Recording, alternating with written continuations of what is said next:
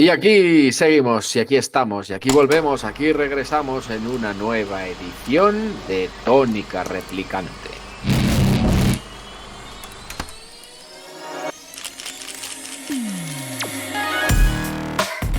Aquí hablamos de cine, series, libros, revistas y otros. Tónica Replicante.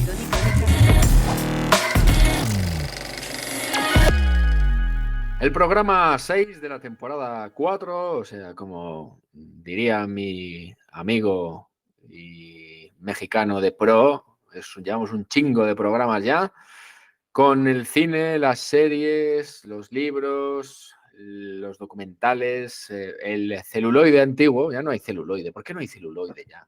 ¿Por qué no se rueda en celuloide? Querido Beto Zúñiga, ¿cómo estás? Muy bien, muy contento con esta pregunta que lanzas. ¿Qué fue Además, del celuloide? el celuloide ya quedó en la prehistoria, dirían algunos, pero ojo, Oppenheimer se rodó en 70 milímetros en celuloide, por poner un ejemplo. Y hay todavía algunas películas que se han rodado en celuloide. Claro, su finalización y demás no siempre es en celuloide, ya es en digital, pero bueno, todavía se sigue recurriendo a algunos casos muy puntuales, excepcionales y demás. En este programón que tenemos hoy por delante vamos a hablar de un documental de máxima actualidad de Netflix, un documental periodístico, es una entrevista prácticamente a dolor entre el periodista Jordi Évole y un tipo al que me niego a describir, Josu Ternera, un es que me cuesta mucho no decir lo que pienso de este señor, pero hablaremos de ese documental, hablaremos de la película clásica Mi Idaho privado, del genial y lamentablemente por los excesos, River Phoenix, con una película muy extraña. Extraña, no sé si extraño es el calificativo, pero ahora que la he vuelto a ver, me ha sorprendido lo que he visto. Y también una serie que tiene que ver con eso que ahora está tan de moda, que hay mucho listo por ahí que quiere aprovecharse de las circunstancias para sacar una lana, ¿verdad? Es Querido Beto, correcto. cuéntanos tú de la serie esta, que yo he podido acercarme un poquito solo, pero que me ha encantado lo poco que he visto. Bueno, estamos hablando de esta miniserie, 4 episodios de media hora, que se titula Pepsi, ¿dónde está mi avión? Que si te parece, yo creo que podemos arrancar con ella. Pues venga, dale. Estos 4 episodios, así como bien lo decías, estamos hablando de 157 minutos en total, cuentan la historia de un joven que un día, allá en los lejanos años 80, a finales de los años 80, vio una publicidad de Pepsi donde básicamente decía que te podías ganar premios, diferentes premios. Y entonces, desde una chamarra de cuero, una chupa, como le dicen acá en España, lentes, gafas de sol, podías ganarte pues cosas tan sencillas como una gorra o cualquier cantidad de cosas, pero al final, hasta el final, aparecía un avión de combate que era el único y que era de uso exclusivo de la milicia. Y entonces, pues básicamente John Leonard, que era el joven en aquel momento, ve el comercial, lo vuelve a ver, y entonces dice, con Qué los listo soy. Qué puntos, idea más buena he tenido. porque esto se cambiaba con los puntos que se generaron a través de las corcholatas, ¿no? Entonces, o de las, sí, de las, sí, las corcholatas, De tal las cual. chapas que decimos aquí, de Le- las que le- botellas de vidrio. Eso es. Ujú. Entonces, de las chapas, corcholatas, pues tú ibas y cambiabas estos puntos, ¿no? Los ibas acumulando. Y entonces este listillo de John Leonard era Mira, en aquel momento, llámale listillo, pero yo le tengo mucha envidia a este señor, porque tuvo una jeta espectacular que casi le bueno, sale encima. Pero bueno, bueno, ahora justo es lo que hay que decir. Este chico, el John Leonard, trabajaba en aquel momento, entre muchas de las cosas que nos cuenta en la serie, además de limpiar ventanas y sacar perros y hacer no sé cuántas cosas, de una manera muy extraña era asistente, ¿no? Era asistente de qué? De un chico más o menos contemporáneo a él, unos años mayor que él, pero con una condición económica portentosa. O sea, era un vato que tenía muchísimo dinero, ¿no? Entonces, su amigo, Todd Hoffman, pues millonario, básicamente, tenía pues negocios, le iba bastante bien, y entonces le propone una idea muy loca. ¿Por qué no conseguimos la cantidad de Pepsi puntos para que nos den ese avión, ¿no? Ese jet de uso militar? Y entonces, pues inicia toda una peripecia. ¿Para qué? Para que como no venía el disclaimer, o sea, estas letras pequeñitas que vemos en los comerciales, en la Es que pasan publicidad, tan rápido que no se leen. eso es, pasan tan rápido, entonces no venía ese disclaimer. Y entonces este chico dijo, ¿qué tal si yo logro juntar esa cantidad en este caso estamos hablando de 7 millones de Pepsi puntos, y entonces pido mi jet, ¿no?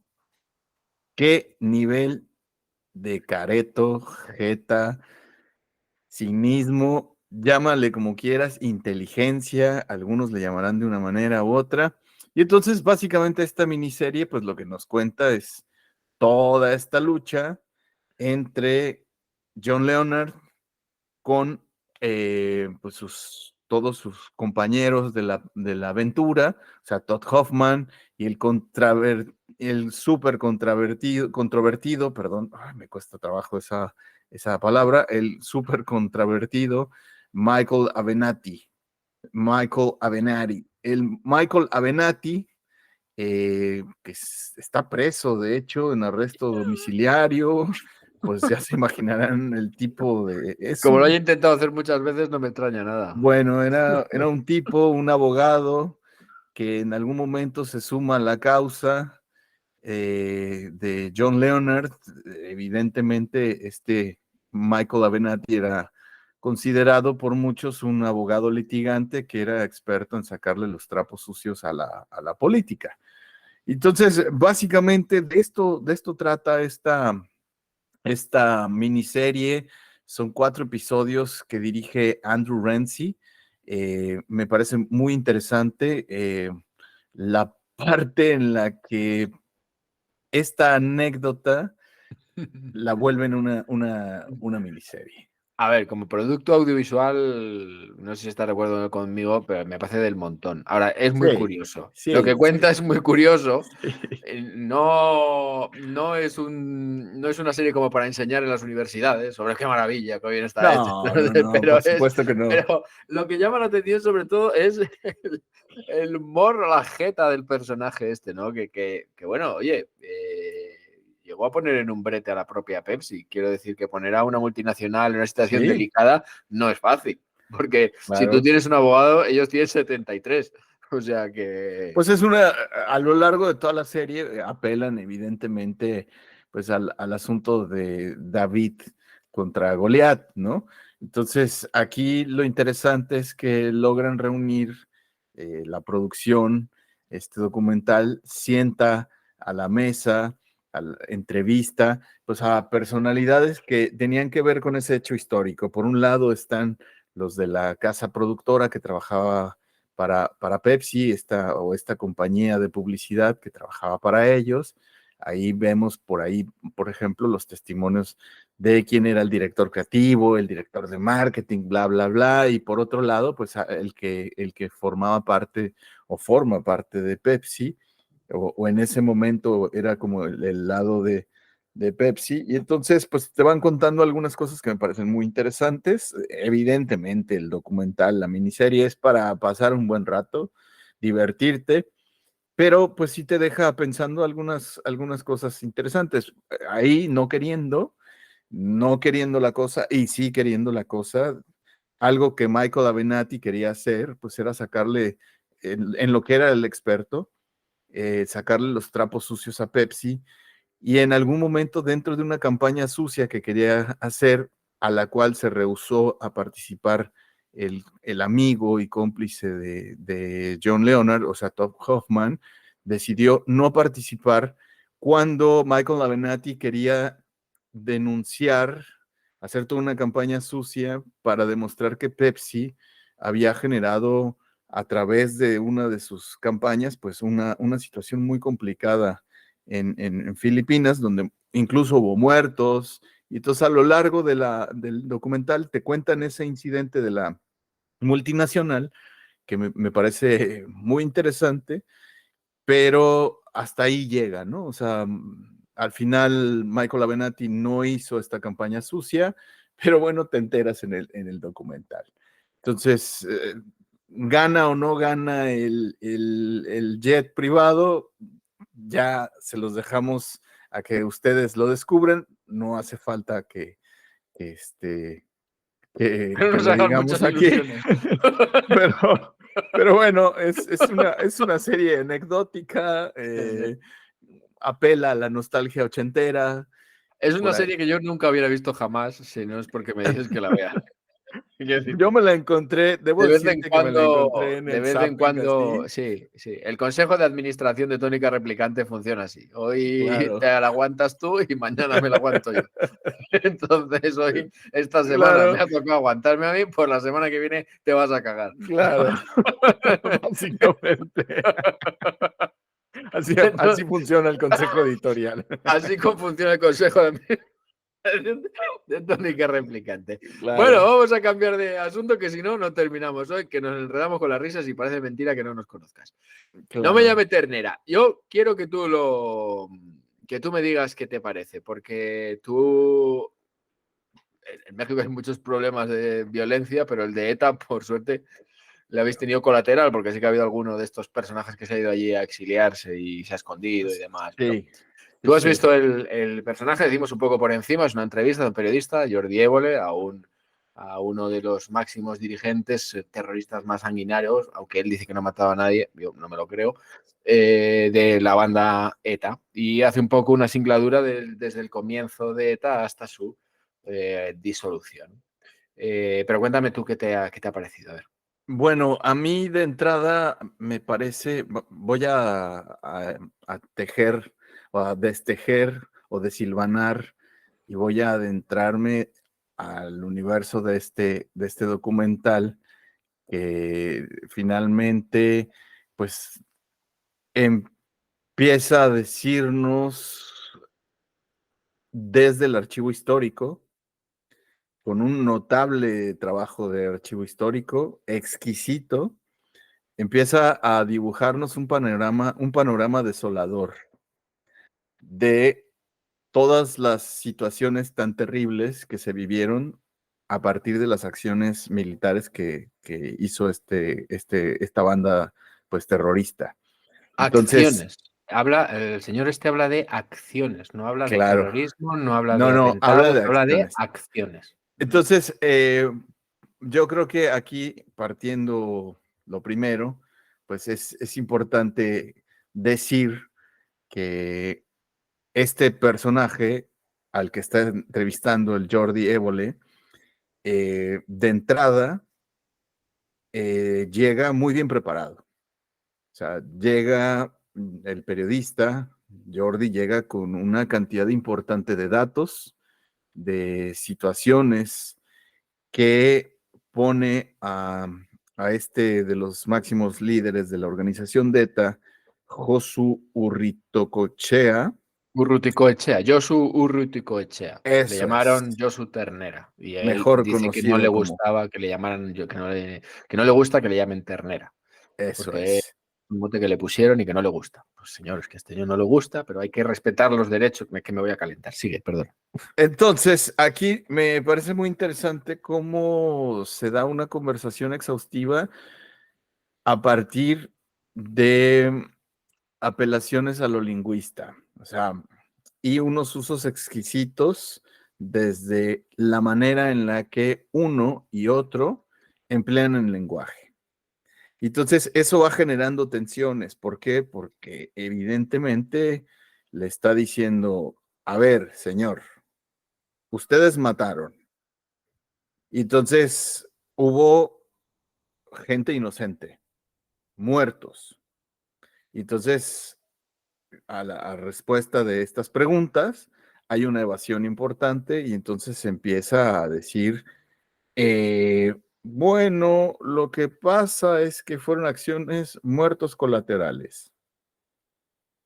No, Bueno, que lo nosotros que avisábamos. sucede es que nosotros Avisábamos, y entonces avisábamos. si no evacuaban aquello, pues es que es problema de ellos. Nosotros ya avisábamos de que iban a...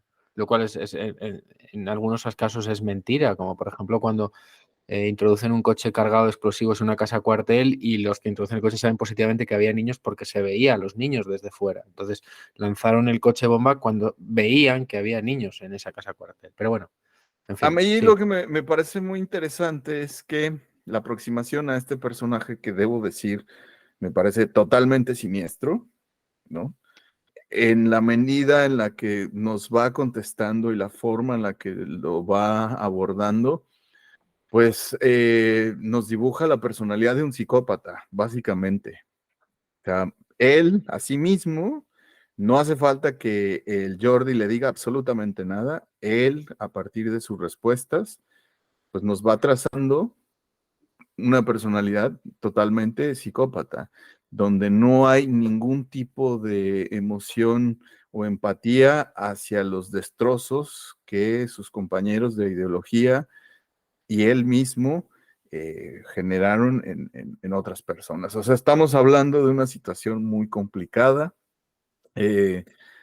Y bueno, él se empieza como de alguna manera decir, bueno, es que para mí era importante que esto terminara y pues yo creo que desde hace mucho tiempo debimos haber intercedido y bueno, para mí era importante, yo ya lo hice desde que yo ya no era parte de ETA, pero sí era parte de ETA. Entonces, es importante también para quienes nos escuchan, que no están en España, que no conocen la historia de España, pues este movimiento fue un movimiento independentista que inició en los años 50, a finales de los años 50, me parece, ¿no? A lo mejor ahí el dato preciso no lo tengo, pero Pero básicamente, las acciones armadas empiezan en los 70. pero bueno, estamos hablando de 60 años, porque hasta el 2018, que fue cuando prácticamente anunciaron su disolución, que empezó desde 2010, me parece, su primer, no, el 2011 fue cuando cesaron ya la parte armada. Del 11 hasta el 18, pues todavía pasaron algunos años para que terminara esto. Entonces, básicamente este grupo pues militar, que no era otra cosa, esta organización militar pedía o estaba tratando de, pues, ¿cómo decirlo? Pedir la nacionalización del País Vasco. No sé cómo lo podríamos explicar para quien...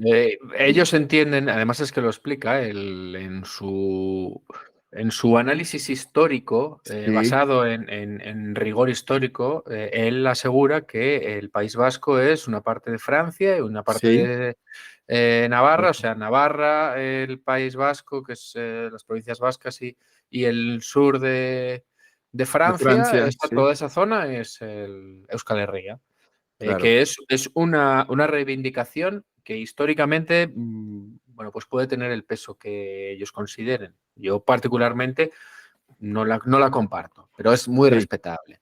Lo que no tiene ninguna justificación es que tú utilices las armas como elemento, digamos, pues persuasivo, persuasivo y además alegando o argumentando una supuesta represión que en tiempos de la dictadura de Franco, bueno, reprimidos estaban todos, no solo los vascos en este claro. caso, no solo los andaluces, todos estaban reprimidos, pero cuando ya llega la democracia de España también siguen con esa lucha armamentística, esos actos terroristas, que, insisto, Josu Ternera habla de acciones, que me produce escalofríos, solo Pues es de que es utilizar justo retorcer el lenguaje para que esto parezca que es menos heavy dañino, lo que ¿no? estás contando. Claro, menos dañino. A mí justo es la parte que me parece muy interesante porque él solito va desdoblando su personalidad a través Sí, del sí, uso del sí, sí, lenguaje. sí, sí, sí. Y debo decirte que es muy, muy admirable el trabajo del periodista, del Jordi. ¿En qué sentido? Pues le hace preguntas bastante complejas, pero ya se nota que el Josu Ternera, evidentemente, pues es un politicazo, también hay que decirlo, ¿no? Ujú. Ya se le nota la parte, pues, de su incursión en la Bueno, política, ha ¿no? tenido 11 años en la cárcel para pensarse bien el discurso, ¿sabes? Claro, Porque este señor ha estado encarcelado 11 años y ahora mismo está en el país, lo que él entiende por País Vasco francés, que sí, no es una denominación oficial, pero que él entiende, él está reclamado por la justicia española y cuando venga a España pues tendrá que pagar por un montón de cosas que se supone, presuntamente, que ha hecho. Sí que me gustaría, un poco la línea en la que dices tú, a mí sí, me parece un trabajo de investigación espectacular, me parece que el periodista tiene una cintura tremenda porque durante la entrevista descubren que este señor estuvo involucrado en un atentado que no se sabía, eso le permite preguntar y repreguntar sobre esta historia y después, en otro momento dado, acercarse a ver a esa víctima de ese atentado y contactar con él. Me parece que es un documental una entrevista que tiene poco montaje, en el sentido de que no se adulteran las respuestas, ni se corta y pega para que parezca que has dicho, pero no has dicho. sí, Me parece que en ningún caso se le ha acusado a Jordi muchísimo de blanquear a Josep Tornera. No blanquea nada, te le desnuda delante de la pantalla y descubres lo que ya sabías, que es un claro. perturbado y un psicópata. Eh, y con una capacidad, con un cinismo absolutamente demencial y que, insisto, es que se me pone el pelo de punta cada vez que habla de acciones cuando son atentados terroristas O daños colaterales, o ¿no? O daños sea, colaterales. Cuando muertos. decía, por ejemplo, que los guardias civiles llevaban en el suelo lo de morir por la patria. O sea, ¿cómo se puede ser tan así? O Ya, sí, sí, sea, o sea, hay una parte de poca empatía con los muertos nula, nula, y nula. no hay ningún tipo de empatía ni muestra ninguna emoción. A mí me parece interesante que una producción como esta, un documental como este, pueda ser accesible en la medida en que tú como espectador sacas tus propias conclusiones. Sí. Y Ahí, te lo permite. claro, y evidentemente pone, como se dice en el gremio luchístico, ¿no? Pone pugilista y demás, pone contra las cuerdas al personaje. En Mm. más de una ocasión, con las preguntas, Jordi Évola lo pone contra las cuerdas y a partir de esta habilidad lingüística, insisto una vez más en ello, o en el hecho de decir, no me diga, me está usted acusando de esto, o me está poniendo palabras que yo no he dicho. Estos juegos como para distraer la atención, carajo, estamos hablando de más de 800 personas muertas a lo Ujú. largo de toda la historia de esta Ya te digo, banda a mí, terrorista. hablando en términos formales, a mí la entrevista y el documental me parece brillantísimo. Me parece que consigue de este señor que diga frases como matar no es un placer para nadie o lo siento de veras. Sí, Nadie sí, pensó que quizá este señor pudiera llegar a decir lo siento de veras y también reconoce que debieron hacer algo más para parar esto antes. sí. Yo, a pesar de que dice lo siento de veras, yo no creo que se arrepienta de lo que ha hecho. Yo no me lo creo, pero Pues yo claro, creo porque que están tiene un las bagaje palabras, por ¿no? detrás, tiene un bagaje por detrás que no te permite creerte nada de lo que te pueda decir. Él asegura que no tiene crímenes de sangre, que él participaba y robaba los explosivos, llevaba no sé qué, pero que él no tiene crímenes de sangre a sus espaldas. Yo no me lo creo. Y por lo demás, me parece un documental, ya digo, muy correcto, es un trabajo audiovisual estupendo, con una tarea de documentación brutal y con una cintura periodística brillantísima. Así, A te la puedo decir que me altura encanta. a la altura del personaje que estuvo entrevistando. Sí, sí, sí. A ver, Ojo para conseguir que este señor te haga una claro, declaración así, ¿eh? claro. Aquí lo interesante es que el trabajo de este tipo de trabajos me hace pensar en las películas que ha hecho nuestro muy querido y gran cineasta norteamericano cuando sentó por ejemplo, a Fidel Castro. O sea, me refiero a Nacido de 4 de julio, el director, Oliver Stone. Oliver Stone, claro, y me hace pensar en estas entrevistas que hizo Oliver Stone a personajes tan controversiales. Eh, por poner algunos otros ejemplos, ¿no? De películas donde hay personajes polémicos o con mucha controversia de fondo, a los que pues se les hacen preguntas que no están ahí como para darle palmaditas, sino para confrontarles, y a partir de sus respuestas, yo creo que eso es lo más significativo de No me llames ternera. Fíjate Y que yo pensé que este sujeto pensaba que se iba a encontrar una entrevista a modo, no ¿no? favorable, pero menos agresiva. Menos agresiva, con mucha delicadeza, porque no, Jordi Évole, si te fijas, no alza la voz nunca. No, nunca. Y él No sale de pierde la forma quicio, nunca. Y sin ¿no? embargo, el otro no hace más que decir, no ponga usted palabras en mi Sí, boca que no he sí. dicho. Oiga, lo acabo de decir ahora mismo.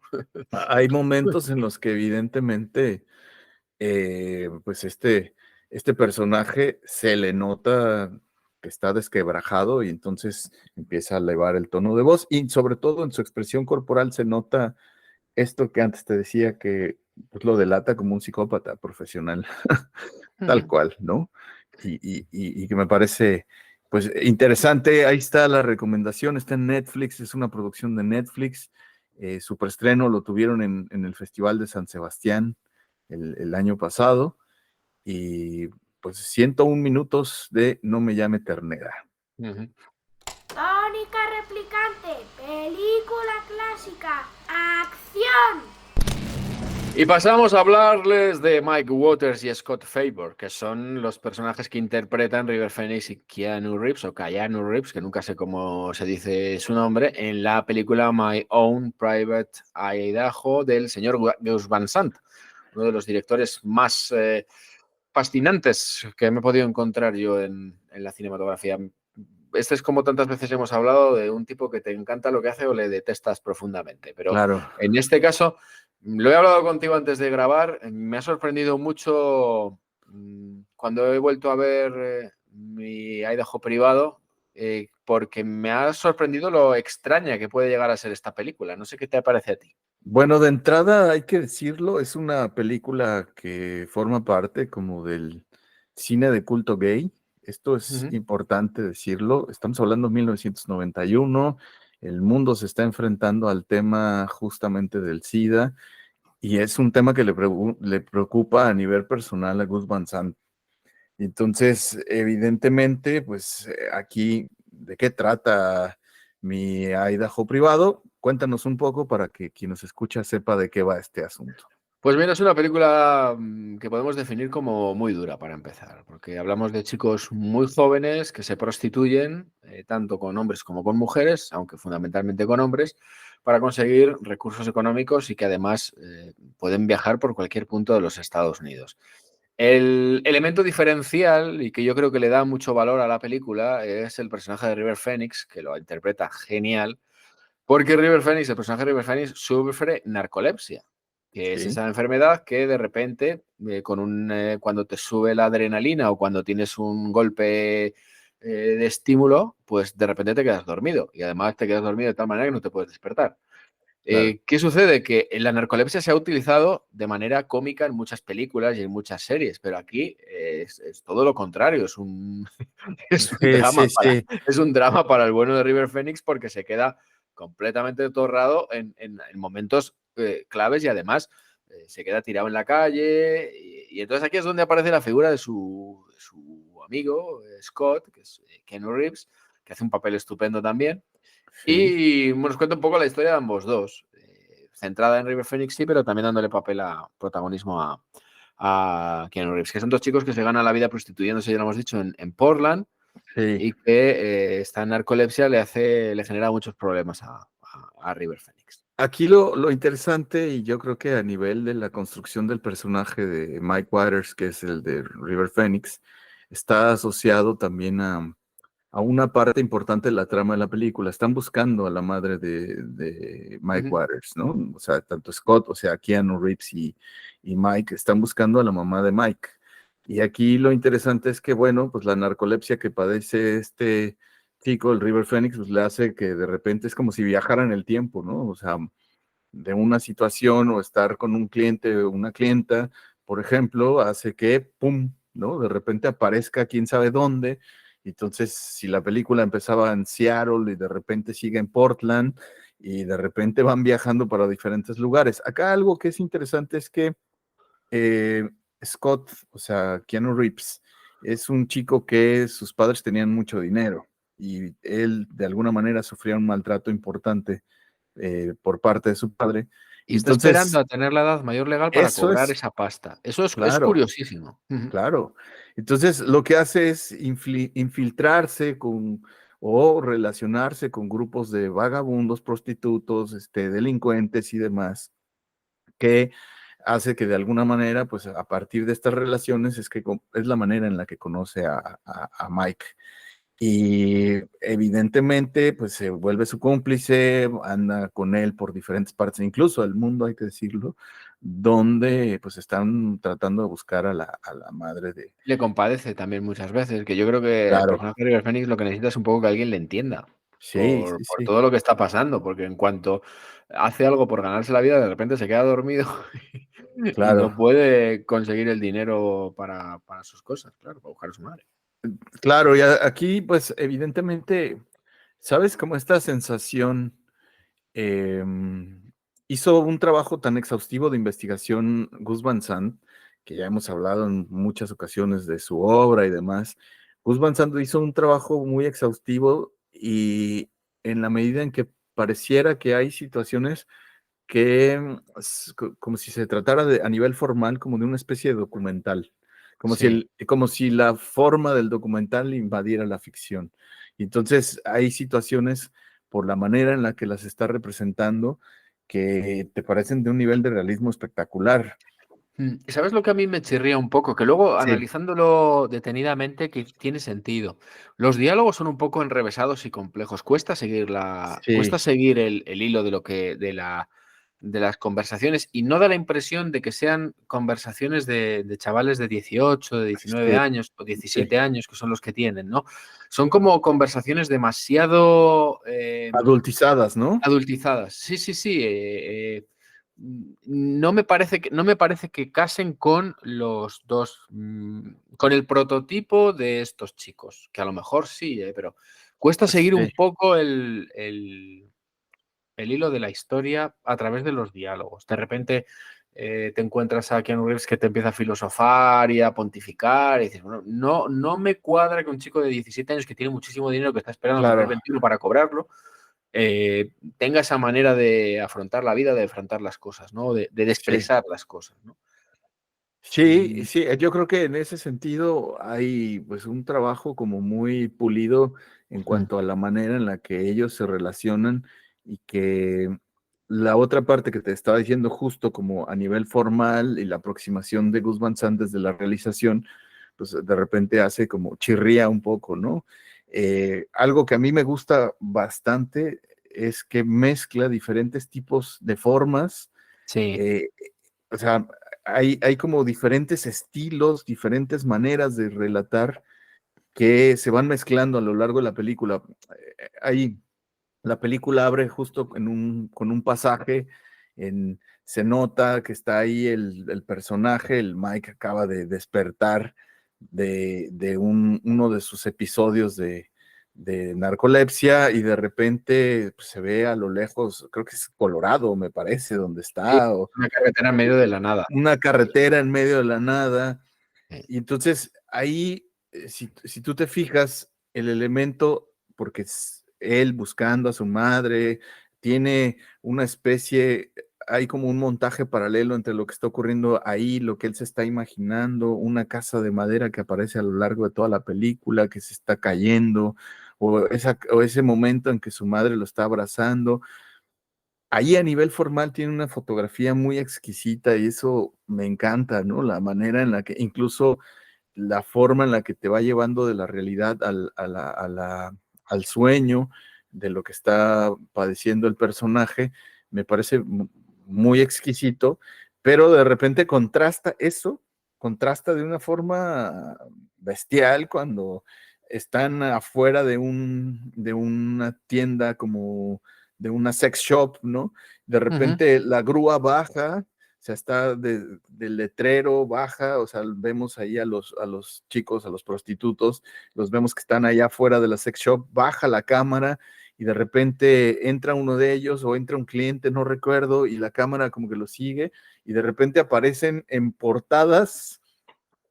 A esa secuencia me parece maravillosa, ¿no? A nivel Sí, formal, muy sí, creativa, sí, sí. aparecen como en portadas de revistas De revistas tipo, gays y cada uno de claro, ellos cuenta un poco su historia e su interactúan historia. entre ellos, que supuestamente las revistas están colocadas en un revistero, unas encima de otras, y hablan unos con otros, y es curiosísimo, es Forma curiosísimo. parte de la, o Probablemente lo sea, mejor de la mejor de, secuencia de la película. claro, porque además rompe con la parte de la diégesis, ¿no? O sea, la parte Sí, de lo que te están contando de la historia son los mismos personajes los que de sí, repente te cuentan una información extradiegética que los demás no saben. O sea, sí, te cuentan a ti como espectador información sí. que te hace ponerte pues en una posición de mayor cantidad de información respecto a los personajes que están interactuando entre sí. Eso me parece Es, maravilloso. Es como si en medio de la crudeza de la historia que te está contando, te intenta contar, de repente hiciera un paréntesis y dijera, bueno, Claro, vamos a darle un toque frívolo también a esto, ¿no? claro, como Y le eso yo, rompe la atención. y funciona muy bien. Y también tiene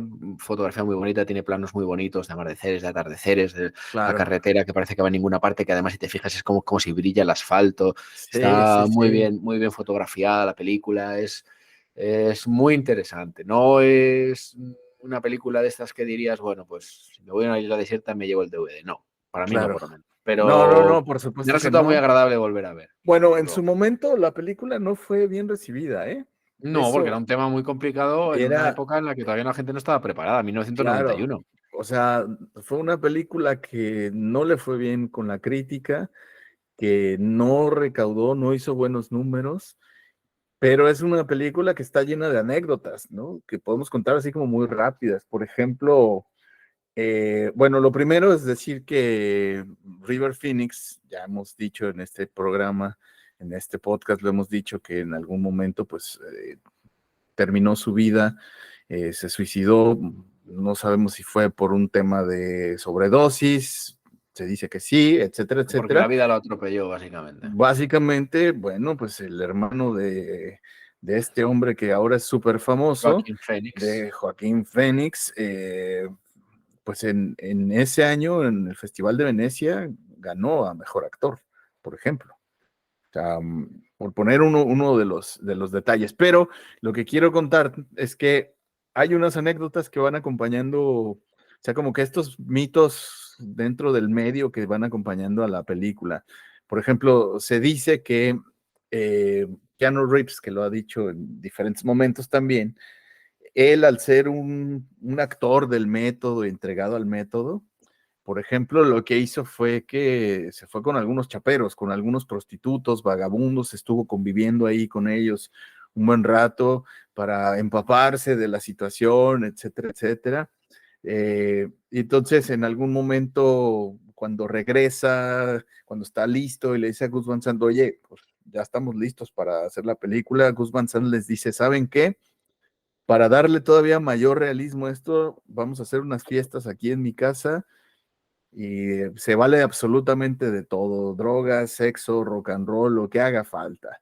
Y terminó Gus Van Sant saliéndose de su propia casa, por ejemplo. Eso es lo que cuenta el mito, ¿no? El mito cuenta eso, que era tan heavy lo que ahí pasaba. Y ahí, dentro de estas fiestas, estaba incluido Flia.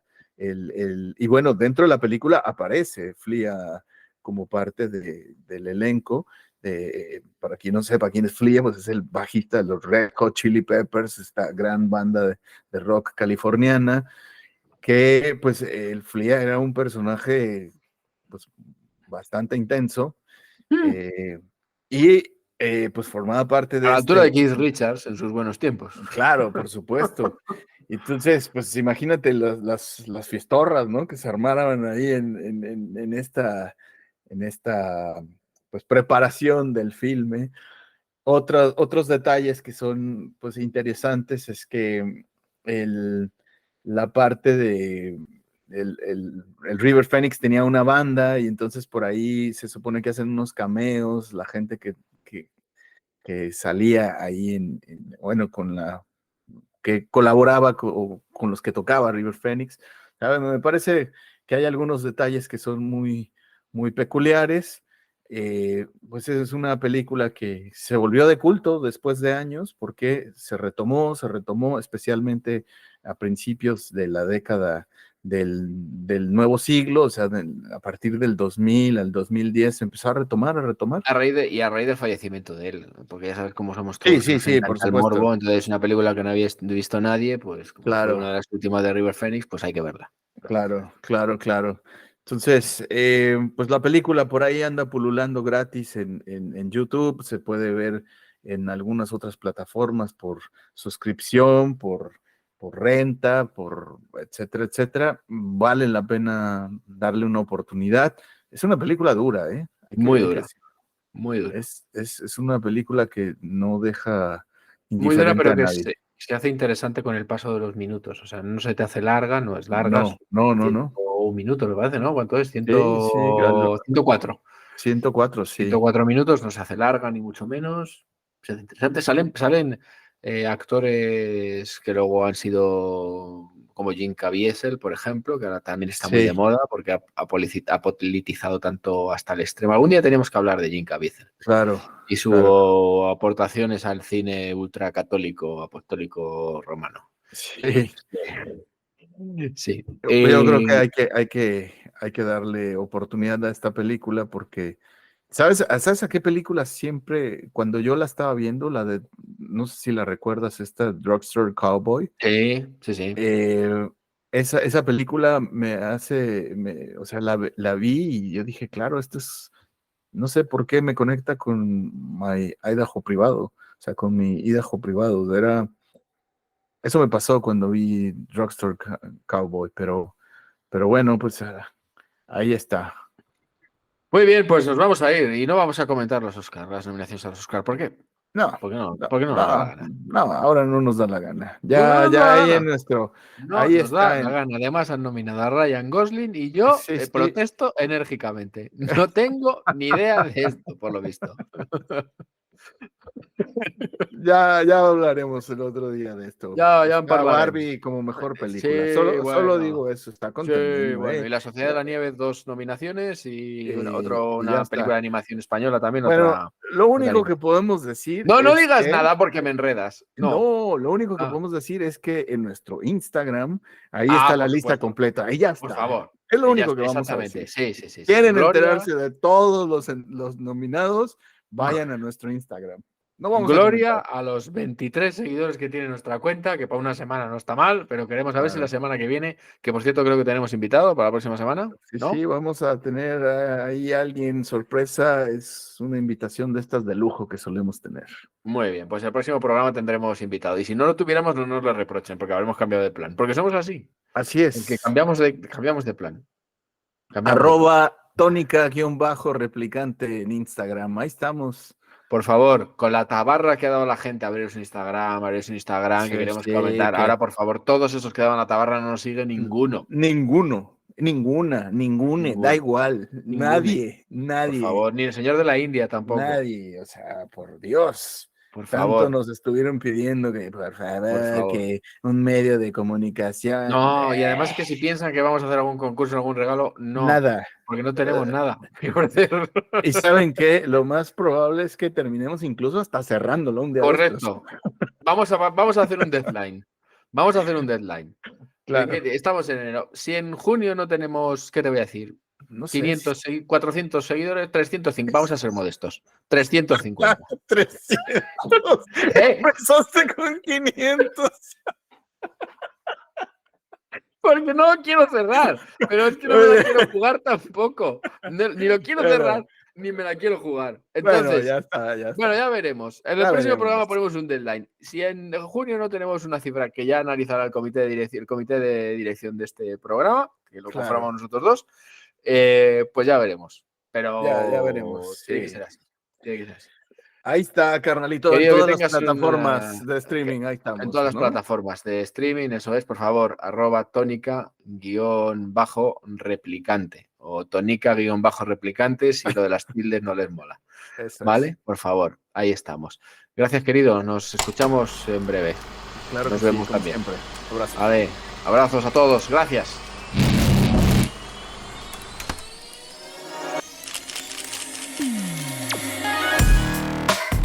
Aquí hablamos de cine, series, libros, revistas y otros.